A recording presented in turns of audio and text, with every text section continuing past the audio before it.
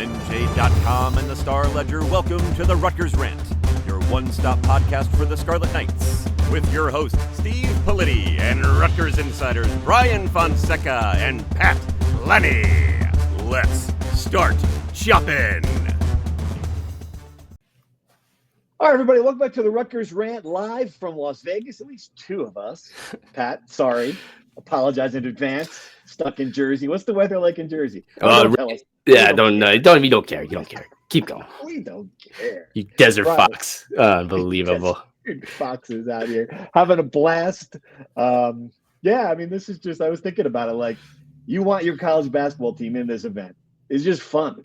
I mean, not to mention just the game itself, Rutgers defeating Notre Dame in overtime, and just the instant classic November basketball game, maybe not played at a high level the entire time, but, you know, just a fun night. But then just the whole atmosphere, Brian. I mean, the place is teeming with Rutgers fans everywhere. It's just like, it's like a big party. Yeah, Rutgers fans finally feel like their program is in the big-time college basketball. They're finally in a Feast Week event with a bunch of high major teams and excited fan bases with high expectations, and they finally have players that warrant those expectations, right? We obviously saw that with Dylan Harper yesterday, kind of taking the tournament by storm. And he's playing, you know, Rutgers is playing across the city from Cooper Flagg, Duke, Kansas. Like, this is where the center of college basketball is in November. And Rutgers, after years of kind of toiling on the edges of, you know, spending this week either off or hosting Hofstra or whatever, Rutgers is right in the thick of it. And they're not just participating. They're not just here just to be a part of it. They're a win away from playing in the championship game of a Feast Week tournament and making some money off of it too, if they're able to do it. Yeah, which is just wild. The fact that that's $1 million at stake. And that's the whole theme of this thing, that, you know, that the game, the Players Era Festival, the game has changed. Signing autographs, Brian, giving money, essentially free money for these kids to play basketball. But yeah, I mean, it's great. I just can't think of a better way for that NIL era to be sparked. And in fact, that Dylan Harper, the star of it, the kid who's billboards everywhere, had the game of his life after 6 games. Granted, 36 points, 12 of 22 shooting, 6 rebounds, 6 assists, 1 turnover. And Pat, you watched it back home, but I mean, how did it translate on TV? It was really cool, and I read your column about Ron Harper Sr. and what he was like on the baseline, but they showed him on TV probably 5-6 times just celebrating. So it was like, I read in advance, watched it the next day, and it was so spectacular watching Dylan Harper just go off and have that true star-studded night. Very cool on TV.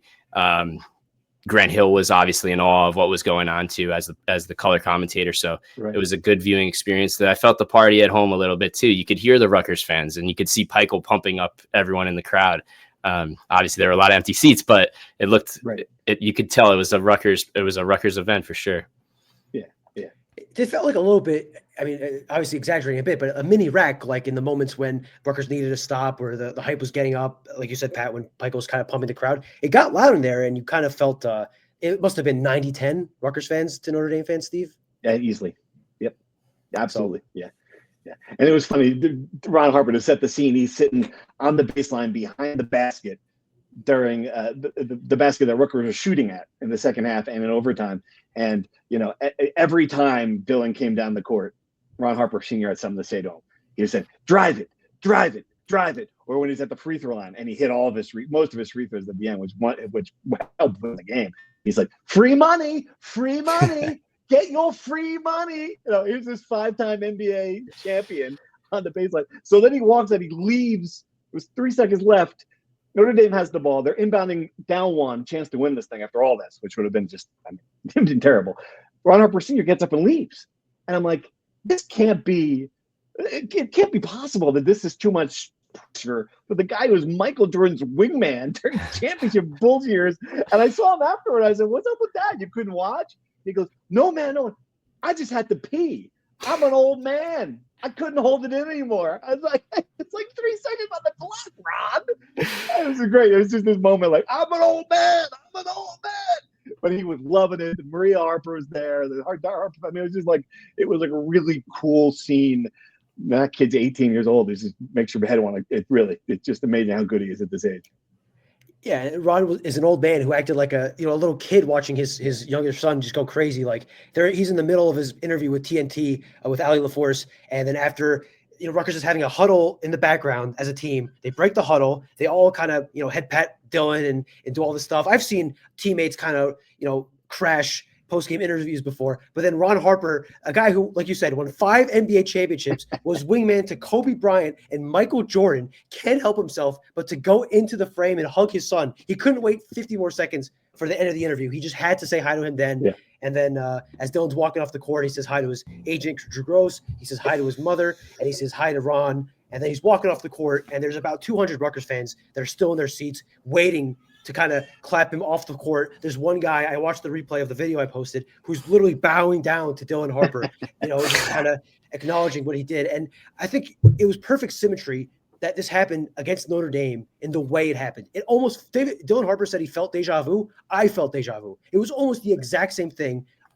It's a tournament game, not the NCAA tournament, but right. A crazy game, back and forth, come back in regulation. They go to overtime. One team is ahead.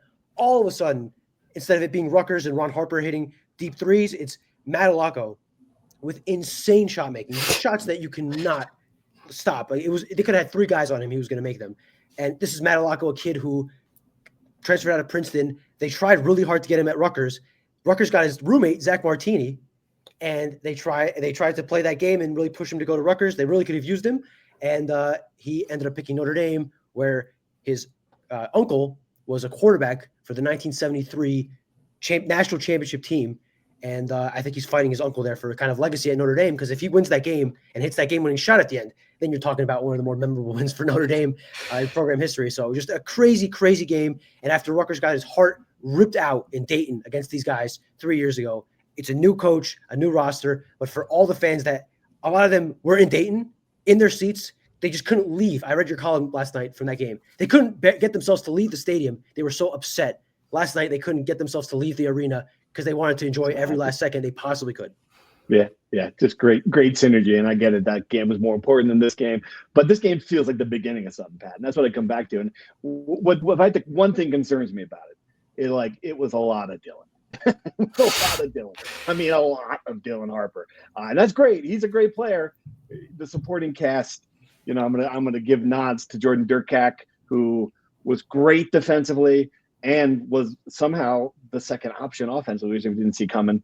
Give a Tyson Acuff finally 7 rebounds to lead the team. He's a guard. That shouldn't happen in an overtime game. Ace Bailey struggled. The front court was non-existent. He's going to need more help. Got to have some of these guys to pick it up here. No question. And maybe that's the benefit of having 2 superstar scorers, Dylan and Ace Bailey. On a night where Ace Bailey was not his best, his teammate could pick him up and lead the way. There are going to be nights when Dylan Harper struggles and Ace Bailey's going to have to lead the way. You would assume it hasn't happened yet. It hasn't happened yet, but that's how this synergy is going to have to go. And obviously these guys that are here to fill roles around them, they've shown flashes. They've shown they're capable of doing it. It's just a matter of putting it all together in one big game. And obviously the Achilles heel that we've seen, the rebounding, the defensive presence on the interior is just not there. Manny Abole has been a little bit better. Somerville has been great as a freshman, but he's still, I think, a little bit overmatched against these big physical players. So until they put it all together, we'll be waiting. But you're right. But when you have those 2 guys, it gives you so much flexibility that on any given night, one of them is going to go off, I feel like, and that's better than anything. I do want to mention Jeremiah Williams, who made his first start of the year, I believe, coming off that shoulder injury, and had some big moments. He had some floaters when Dylan Harper was getting triple teamed, and he had to find somebody to score when it's not him. Jeremiah Williams came up big, hit some floaters, hit a big 3 in regulation, hit another big 3 in overtime that really helped them put them over the hump before Madalaco and Nuclear to tie the game. And it was great defensively. He was awesome defensively in the second half against Kennesaw State. And then in the second half, when they bared down on Notre Dame and kind of worked their way back, chipped away, and held them defensively, Jeremiah played a big role. So I think the supporting cast was not great. I agree. It was Dylan Harper and then everyone else. But I think Jeremiah and Jordan, to your point, Steve, were really helping him climb back up. Yeah, and we've got to remember that this is a new group together, learning it, and these experiences you would hope would make it a better team later in the year. And that, I think that's what you're looking at now. You want to see these guys develop, and we're gonna throw this to ourselves here. We're recording this before the Alabama game because we're freaking busy. Only way I can put it. Tomorrow's Thanksgiving. Pat's flying to East Lansing for the game. Brian's staying here. I'm going home. We got Giants on Friday night. I mean, just so much going on that we don't have time to record this after the game. So we're going to throw it to ourselves to talk about Rutgers facing Alabama in what is the second game of this, and is a much stiffer test. So no spoilers for us here, but we'll know the result here in a minute. Hang on. All right, here we are again, Rutgers Rant in Vegas.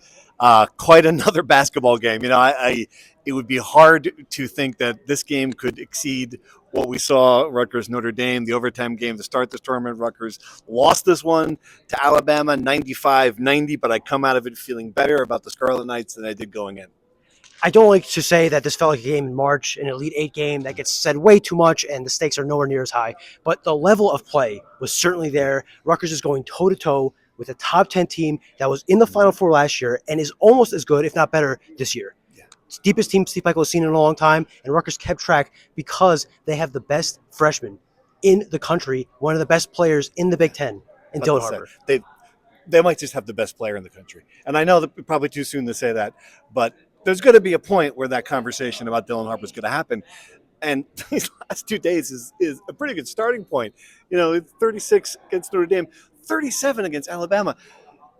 And this is the stat line. This is the number that just my head, I feel like my brains are going to explode. 15 of 16 on the free throw line. I mean, not just the percentage, which is well over whatever it is. It's the number of free throws he took. To me, it's just a remarkable game. Took control, never was out of control, drove into the lane. And then Alabama, it took a bunch of hits. Cliff Omori, the old pal, our old friend from Rutgers, just fouled him, knocked him to the ground. I mean, they were trash talking. It was just a lot of fun watching them play. Just a great game. And again, we've watched these games every year, and a lot of Rutgers fans probably feel FOMO of when is Rutgers going to be there? Yeah. And they're there now. Yeah. Dylan Harper has coaches, elite coaches, completely befuddled. Nate Oates, you ask him how he's supposed to guard Dylan Harper, and he's saying, well, if you drop coverage, he's going to get right to the rim. If you blitz him, he's going to split the double team and get to the rim. The only chance to have 5 switchable guys to guard him, and the only place they have that, Steve, is in the NBA. Yeah. He made a point, to your point about the free throws. Dylan Harper does what pros do. Guys can get to the free throw line in college. Pros make their free throws. Dylan, to start the second half, 6 of 6 from the field, 7 of 7 from the free throw line. It was a sin that there were any possessions that the ball was not in his hand. I tweeted this, and half joking, unless Alabama was sending 5 guys, sending an all-out blitz, 5 guys to Dylan Harper, the ball should have never left his hands. And he was. I'm running out of adjectives to describe how good Dylan Harper. Yeah, and I think we saw a closer example of 1A on this team. Ace Bailey played a better game than he did in the opener. Had one end of the first half, made the baseline jumper, made a couple other plays at the dunk that I was sitting right on the baseline when he made it. Just an incredible play. I think that's closer to what Rutgers hopes to see from both of them going forward. Obviously, what did you think about Ace today? Yeah, look, he was back to what we come to expect from him. Mm-hmm. He still takes tough shots, but when he hits them, things just look so much better for him and the Rutgers offense. And again, these are things you got to kind of just live with and hope that there's more good than bad. I would say today was one of those days. Hit a big 3 towards the end of the second half that kept Rutgers in the game and gave them a chance to complete the comeback. But they probably needed a little more from him in the second half because they were within 6 to 8 points of Alabama, just kept going, couldn't get quite over the hill. They probably needed another guy alongside Dylan Harper. But more importantly than scoring, they needed somebody that can get a stop and grab a damn rebound. That was the issue that's plagued Rutgers all season. Absolutely killed them this And game. that's what happened at the end. They got a missed free throw. Granted, keep it to a 3-point game. Couldn't get the rebound. So frustrating. Would have had a chance to tie. Would have had a chance to, bring this to another overtime moment. I really wanted to see what Dylan was going to do in that situation with the ball in his hands. Everyone did. Fortunately, rebounding. Yeah. Well, we did see he had an opportunity to tie the game with a minute left, and he does get to the rim, and one of the rare times he just doesn't finish it. It was a shot so tough that even Dylan Harper couldn't make it with his right hand. But yeah, I think the question that everyone has, which is a question I did not think anyone would ever ask me this season, why wasn't Emmanuel Ogbole in the game at the end of the game to grab the rebound because Lathan Somerville couldn't quite corral it? Emmanuel Ogbole, playing against Cliff Omori, he must have had some sort of revenge or prove-it factor there. He played the best game of his Rutgers career by far. He was on double-double watch, grabbing rebounds, scoring points. He did miss a couple of shots, but, I mean, to the level of play he had, maybe that's the most encouraging thing of the day. And you know who loved it? Cliff Omori. So I talked to Cliff after the game, and I said that to him. I said, we haven't seen that from Manny, and he just got this big smile on his face. I was saving it from me, and his accent, just typical Cliff. He's, and if you, I don't know. I talked to a couple people. I'm writing about him. He's gonna make a column tomorrow, just about. I think this ended up to be a win-win thing, right? Rutgers has moved on. Cliff has moved on. Cliff got paid. He needed to get paid. Like he got money he could not get at Rutgers. You can look at the situation now. He's one of three big men. He didn't play at all down the stretch.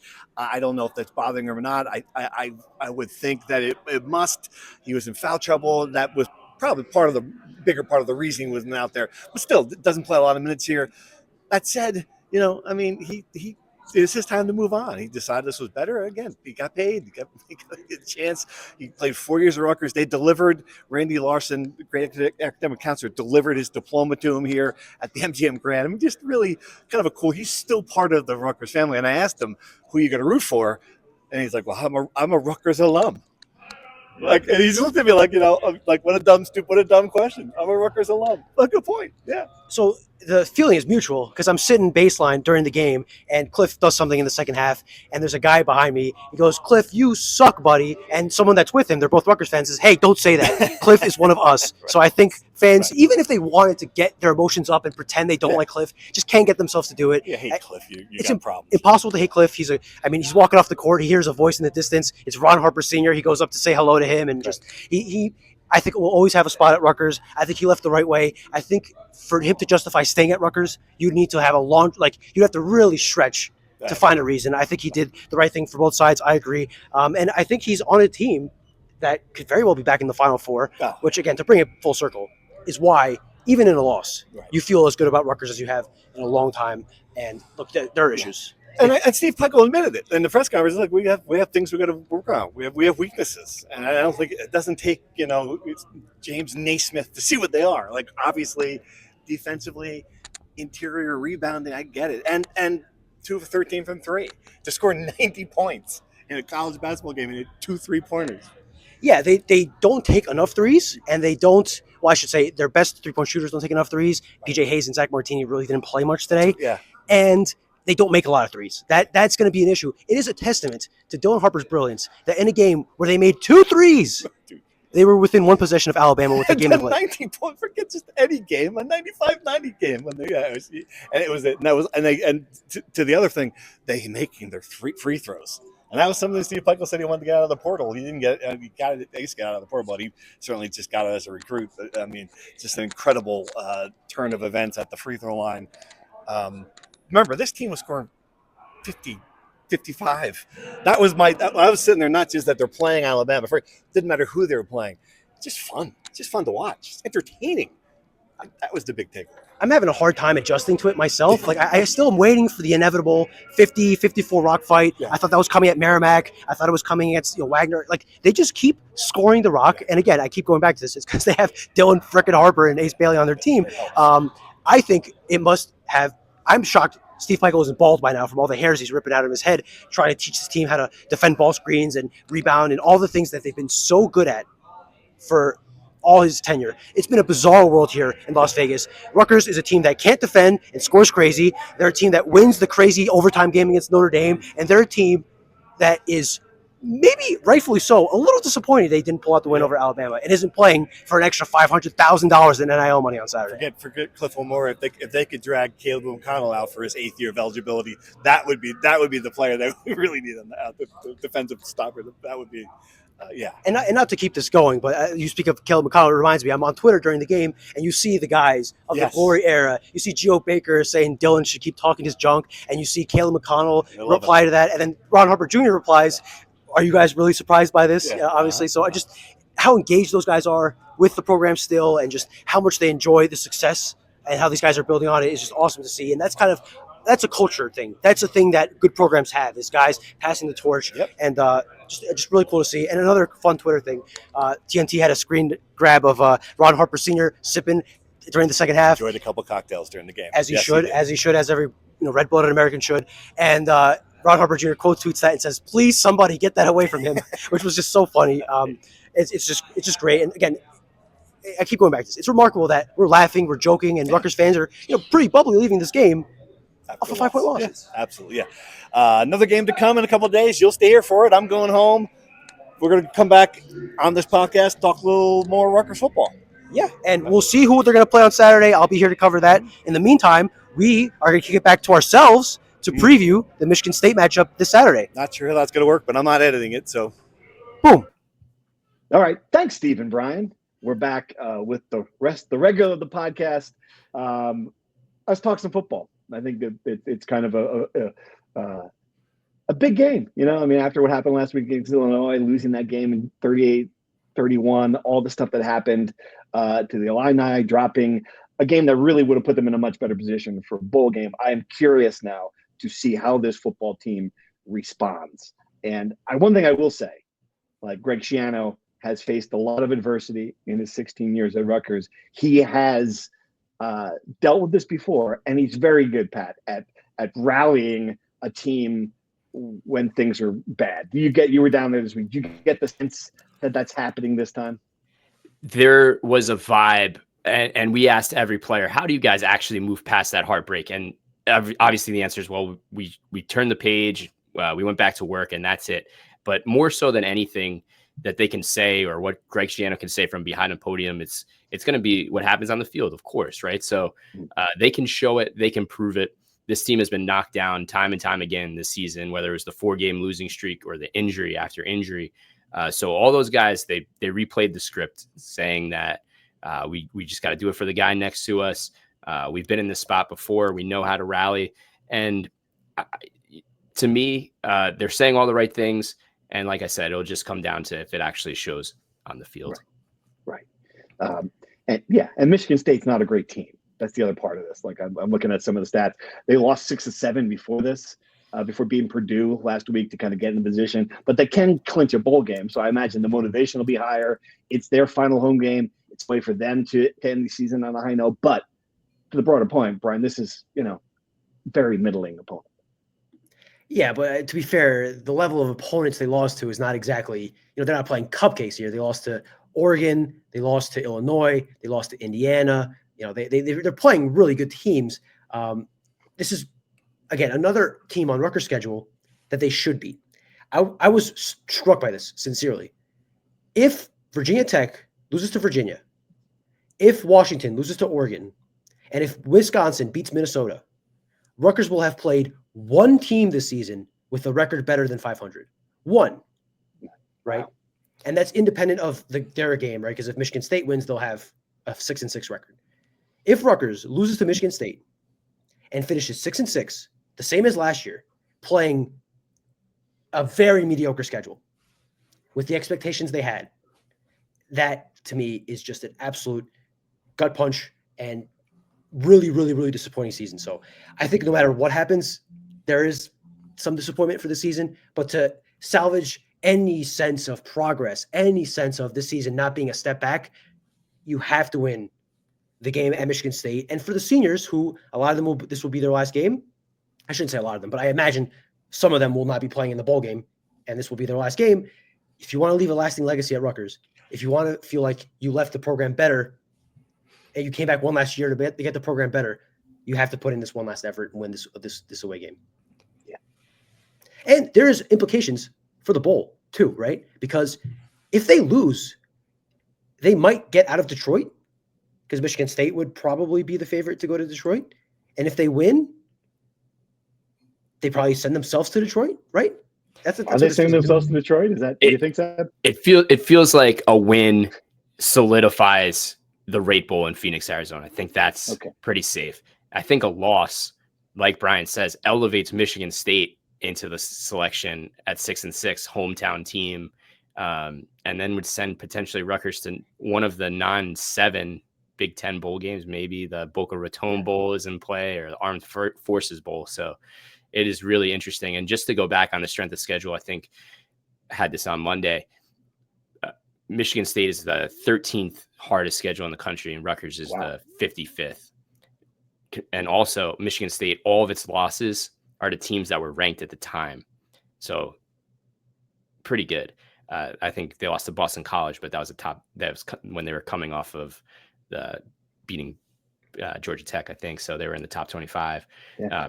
Just to give some color to that point. Right. So you would have Rutgers with a senior-laden team coming off its best season in a decade, playing the easiest schedule in the Big Ten, finishing with the same record as a Michigan State team with a first-year head coach coming off a scandalous last coach who was fired, and they're still in headlines today, with a much harder schedule, and they'd finish with the same record. That really hammers home the point to me that this was the opportunity. It's not good, and you're right. And 7-5 will look a lot better than 6-6. All right. You want to play a little know your opponent, the last of the regular season? You thought I forgot this, didn't you? You guys have been paying attention. I thought you were busy out there, Politi. Come on. I'm not busy enough to look up arcane facts about your Big Ten opponents. I'm not that busy, Pat. Okay. Even the crap stable. I stepped away from the crap stable. I could have won a lot of money. In Vegas. Instead, came back up here. I got to research some trivia about our Michigan State Spartans. And the first question is about the Spartans. So Michigan State, this is true. Michigan State ran a contest in 1925 to select the nickname and came up with the Michigan Staters. This was the contest. That's what they were going to roll with. The sports editor of the Lansing newspaper. This is when, sports editors ran the world here. This is great. The sports editor of the Lansing newspaper decided correctly that this was a terrible nickname. He went back into the contest entries and selected on his own the Spartans. This guy just decided to name them the Spartans. So what happened next? A, the university sued in a case that reached the state Supreme Court before eventually backing down. B, the newspaper began using the nickname, but misspelled Spartan with an O in headlines for several days until one of the sports editor's friends called to correct him. C, Michigan's president, the other university in the state, mocked the name in a letter to the editor, calling it a disgraceful attack on Athenian culture. Or D, the name wasn't adopted as the official nickname in 1987 when another student contest was commissioned. One of those actually happened. Which is true? Come on. I'm going C. Michigan, University of Michigan has a lot of clout. You're going C. They came in and was angry about the fact you're dissing the Athenians with the Spartans. Okay. All right. Brian? So Magic Johnson played for the Spartans. Yes, they were the Spartans when Magic Johnson played. So that to me tells me D is just not it. Well, thank you. You just admitted that D is not the answer. Okay. So it's A, B, or C. I will go with A because this is a litigious country and anything goes to court. So I'll take A. No, it's B. The guy spelled it wrong. He spelled it wrong in that line. Yeah. They went with Spartans. Yeah. What happened? Fight on, Spartans. He had a great. He was this guy. He came up with it, and they spelled it wrong. Disappointing. All right, you're both wrong. With this one, I know Pat Laney's going to get this one because it's related to his football giants. All right, Plaxico Burress, a Michigan State receiver, made one of the biggest catches in Super Bowl history for the New York Football Giants. He is not the only former Michigan State receiver to make a huge catch for the Giants in a Super Bowl. Who is the other? Is it A, Mark Ingram, B, Phil McConkey, C, Mario Manningham, or D, Charles Rogers? Pat, this is it. You got season tickets. I know Manningham went to the University of Michigan, so Okay, that crossed I that threw one it in there. I thought maybe. Yeah. I thought I'd zip it in there. Okay, Would have fooled All me. right. It would have fooled me. I was Right, going to pick right. Manningham. I think you could eliminate another one of these if you thought hard enough. Well, you probably could have. I don't think Mark Ingram was a Giants receiver. Didn't he go to Alabama? Yes, Mark Ingram, running back. I'm going to go McConkey. I'm going to go with whatever one Pat didn't say. Not Ingram, not Manningham. Whatever one Pat didn't say. I mean, Mark Ingram is a Giants receiver. Absolutely. Come on, really? Damn it. With the same name as the Alabama running back? Yeah, I think not uncommon name. Jeff Hostetler in Super Bowl 25 on a 3rd and 13 play completed the pass to Mark Ingram, who in order to he would need to get to the 19. The Giants would not have won this game if he didn't fight for those 13 yards on 3rd and 13. Love it. Helped them win. It was the 73rd biggest play in Super Bowl history. Well, you learn something new every day. I love it. I love it. There you go. I thought you might be a process of elimination there, but you eliminated the wrong one. All right, final one. Michigan State joined the Big Ten in 1949. Why was it admitted then? A, it won the 1949 national title, and league officials were worried the SEC was taking its spot at the top as the top conference. B, the University of Chicago de-emphasized varsity sports, leaving the conference with 9 schools, and Big 9 just didn't sound as good. C, Michigan State agreed to change its colors from blue to green, appeasing angry Michigan officials who threatened to veto their admission. Or D, the conference coveted a foothold in the prime Lansing radio market. Why was it admitted?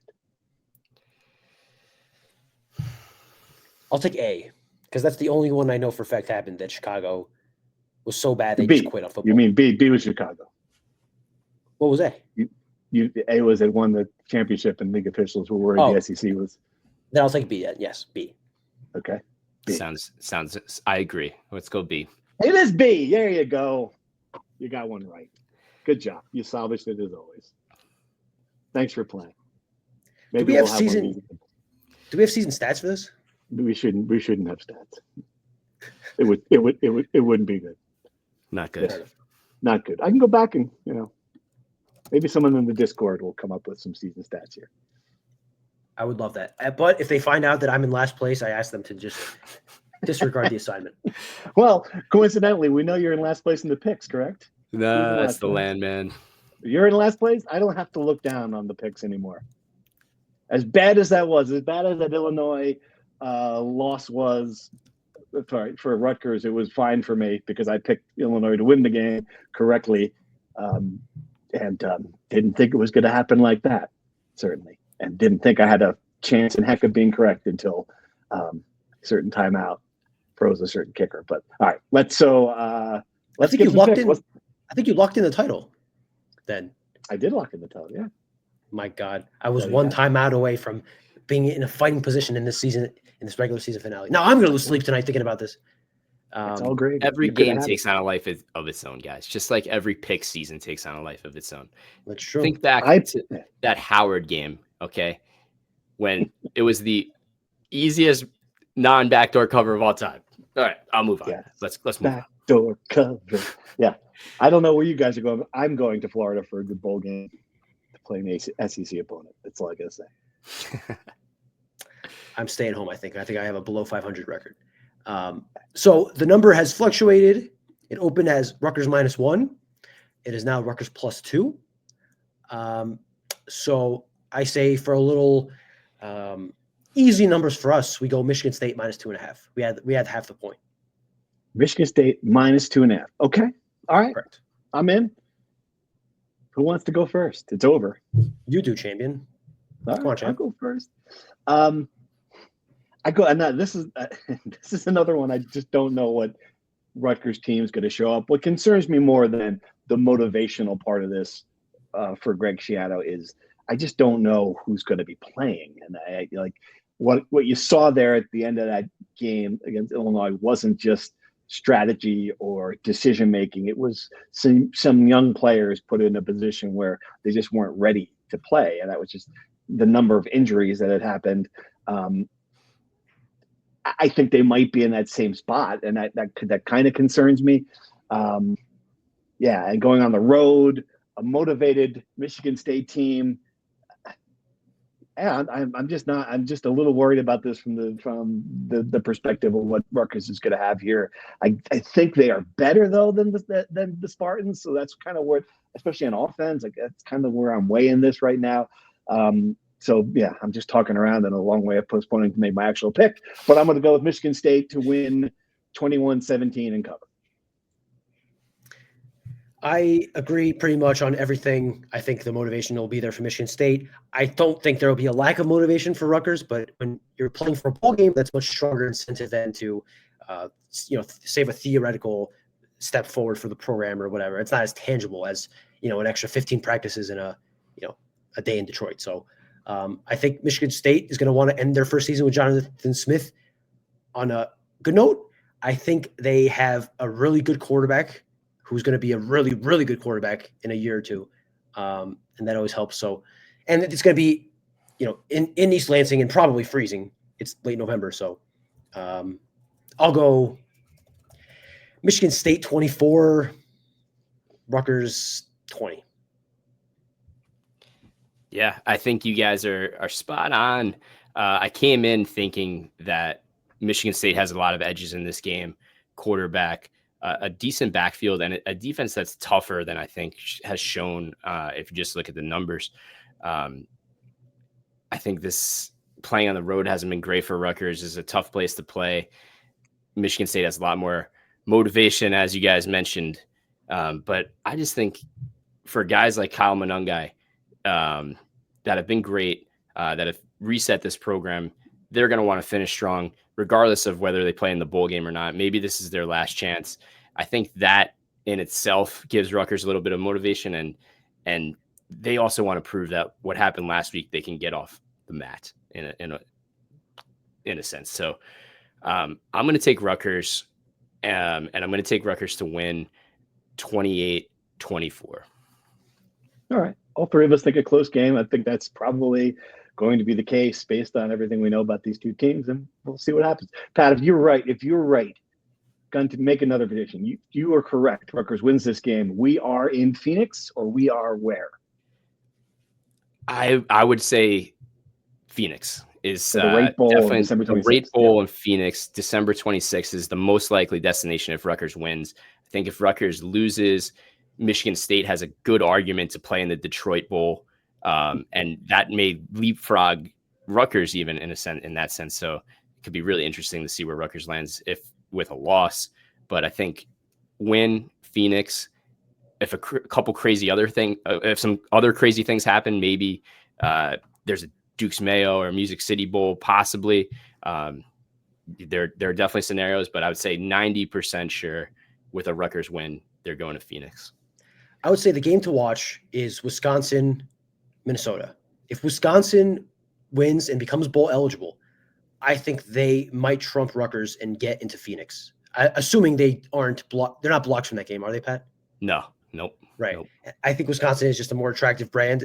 I think Rutgers has really no path to any of the other good bowls because, as we've said, all the attractive brands, Nebraska, Michigan, Minnesota, Illinois, all these brands are ahead of them, and Rutgers is going to have to hope that Wisconsin doesn't add to that list, because I think if Wisconsin wins and Rutgers loses, they're probably headed to Boca Raton or the Armed Forces Bowl or whatever other supplementary bowls there are.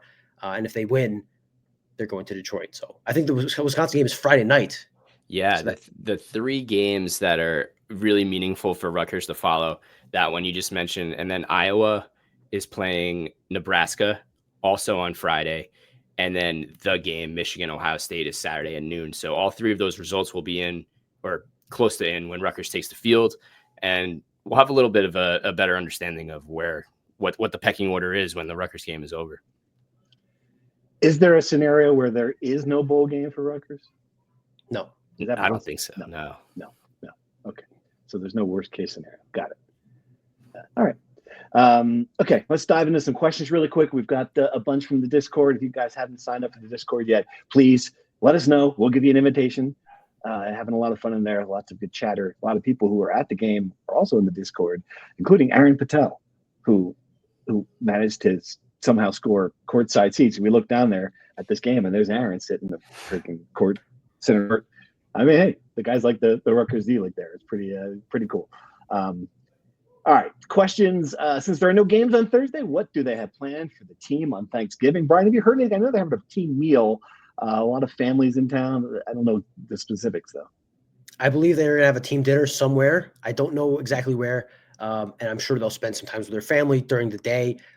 Some families are staying throughout. Some families are flying back out Thanksgiving Day. A lot of much like the Rutgers Rant, a lot of different travel plans around the Vegas trip. But I think they'll all have a collective, dinner. And I think they might have a shoot around in the morning or something. But I would figure they'd want to, after 2 back-to-back days of intense games, they'd want to get them off their feet as much as possible and kind of enjoy the day off. What are you doing for Thanksgiving? I'll be writing one of the many pieces we're doing out here in Vegas and trying to get the most bang for our buck. And then if I have a little bit of time, maybe I'll go play some craps or some blackjack or whatever other table game I want to lose my money in. Nice. That sounds like fun. Another basketball question. Is it too soon to worry about the minutes that Dylan Harper is logging? Played 39 last night. I think it's less worried about the minutes, just more worried about the focus on him at all. I mean, triple teams and the punishment he's taking on the court. I'm not worried about the minutes. Are you? No. I mean, he logged these many minutes in high school. He logged these many minutes in AAU, and they were playing 4 games a week in AAU, and he was the man for his New York Rens team. So no, I think he should play as many minutes as he is physically able to. And he should have the ball in his hands on every single possession. I don't care if they quintuple team him. If he does not touch the ball, it's a wasted possession. And no, I wouldn't be worried at all. Another question for the basketball. What is the best solution? This is Dave White asking, what are the best solutions to the rebounding woes for this team? Strategically. Easy for me to say. I don't know. That's a great point. Obviously, I think that was a big problem, getting out rebounded by Notre Dame, a team that's really not known for its rebounding prowess, having, again, a guard lead the team with 7 boards. It was almost Dylan Harper who led the team in rebounding on a day that he did everything else. Would have been wild. I don't know. I mean, I think you need more from Ace Bailey. I think you need anything from the guys up front. They didn't play many minutes. They got to get better boxing out. They got to put more effort into rebounding. Rebounding, 90% of it is effort, right? Just going up and attacking the glass. Better effort, better boxing out, better fundamentals, and making it an emphasis, which I'm sure Steve Pikiell's been doing since they got their butts beat on the glass against Wagner. So I don't think it's not an emphasis. I think it's just a matter of applying on the court. I certainly think that you're right. Ace Bailey has to be better. He's 6'10". He's one of their most athletic players. How many rebounds did he finish with last night? Let me pull it up right now. 4, maybe. He had 4 rebounds in 36 minutes. It's just not enough. It's just not enough. And then the centers were just struggling mightily. I don't know if it's because they're fighting for blocks or what the situation is. They always seem to be out of position and getting beat on the boards. And it's a recurring issue that really needs to be fixed, because if not, every game they play is going to be a nail biter like last night. I mean, Pat, it might just be a situation. This might just be the flip side of the coin is this might just be how this team plays. Maybe you go to your strengths. You play on the perimeter. You have a small lineup. I don't know. Absolutely. There are teams that win national championships with guard play, scoring, offense. And maybe that's just how Rutgers is going to have to change its identity a little bit. I think that it's this many games in, you're not, it's not a trend anymore. This is kind of who you are, in my opinion. So it's more about doing the other things better. And they'll have to figure that out. They're going to have to either turn the ball over more or figure out a way to give opposing teams less possessions, contest more shots at the rim, something. Because if you give up, double-digit offensive rebounds every game, double-digit second chance points, that's going to be unsustainable at some point. So, right. All right, wrestling question for Lanny. Whoa. Where do we stand in the Bo Bassett sweepstakes? Wow. Sweepstakes? I don't know who that is. I hope you do. He's a high school senior from Pennsylvania. He is the Ace Bailey, Cooper Flag type star recruit to use this basketball recruiting class. And it's a really interesting case. He's out there on social media. He's doing like a live blog recapping each of his official visits, and he started with a list of about 75 schools, and each week he would eliminate like 5 to 7 schools, and he's whittled it down. And I think right now there are about 12 schools left, and Rutgers is one of them. Rutgers will be hosting him on an official visit coming up later this winter. So I think they're solidly in the mix. Obviously, when you're recruiting a guy that's going to be projected to be a national champion, multiple time national, you're competing with Penn State and Iowa, of course. So yeah. But I don't want to say Rutgers is out of it. They're clearly a part of all of his recaps. Rutgers has done well recruiting Pennsylvania lately, and it might just be this kid has a shot at Rutgers. So it's really fascinating. Definitely stay in the loop on this one. We'll have to recap this in a month. Yeah. NIL thing for this kid. Right? Absolutely. Yeah. I would assume. Okay. So I know how it ends, and it's not going to be good. That's my prediction. I'm going to make a prediction. Going to make a call on this wrestler who I'd never heard of until 40 seconds ago. He's going to Penn State, but we'll see. I don't know. So someone should give this kid a marketing degree before he even gets to college. I mean, talk about building attention. This is what name, image, and likeness is supposed to be, right? This kid has built his own brand. Like, he is out there making money. He has he's pushing products and he has endorsements as a high school kid. You're absolutely right, Brian. He might even have a marketing degree already. That's how like into this is. It's really he understands his power in that a lot. Obviously recruits, a lot of them talk to reporters and they get those stories out, and he cuts out the middleman, starts a blog that if he enrolls at Rutgers, it'll be the second, third, fourth biggest outlet covering Rutgers sports if he has a daily blog, and he's building hype. 75 teams he's eliminating. That's crazy. That's awesome. A question on Twitter, which is funny. My 2 buddies are in Vegas for the games, and they saw Steve Politi at the blackjack table after the big win and claim he hit on 19 not once but twice. Any explanation on that?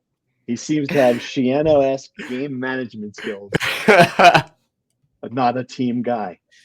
Interesting. Yeah, no, I got to tell you, it's true. No, it's not. No, it's not. Oh my god. Oh my god. I did play a little blackjack. Let me tell you, I was down there at some craps today. Kid in a Creighton blazer, never played. Young guy, never played craps in his life. I don't think he knew the rules. He kept on asking, like, oh, what do we get? What does that mean? And he just kept on hitting the point. This kid I don't think he made himself like $20, but good for Politi. That's all I gotta say about that. You can leave that right there. What else we got? Don't ice yourself when you're shooting. That's it. Do you want to talk about your gambling, Brian? Maybe not. A little less so. Well, no, you saw the unfortunate side effect of when I lose gambling, I start going on tilt at record speeds, and the blackjack dealers, every table in this casino is conspiring against me to just make me lose in the most soul-crushing ways, like 7-card 21s, just absolutely demolishing my spirit. But I'll be back there tonight, and I will avenge myself eventually. If you keep gambling enough, eventually you'll make your money back. Yeah, right. That's how it works. Right. 99% of gamblers quit right before they hit a big break. Right. So I'm just 3, 4, 5 more cards away from making my yearly salary at the blackjack table.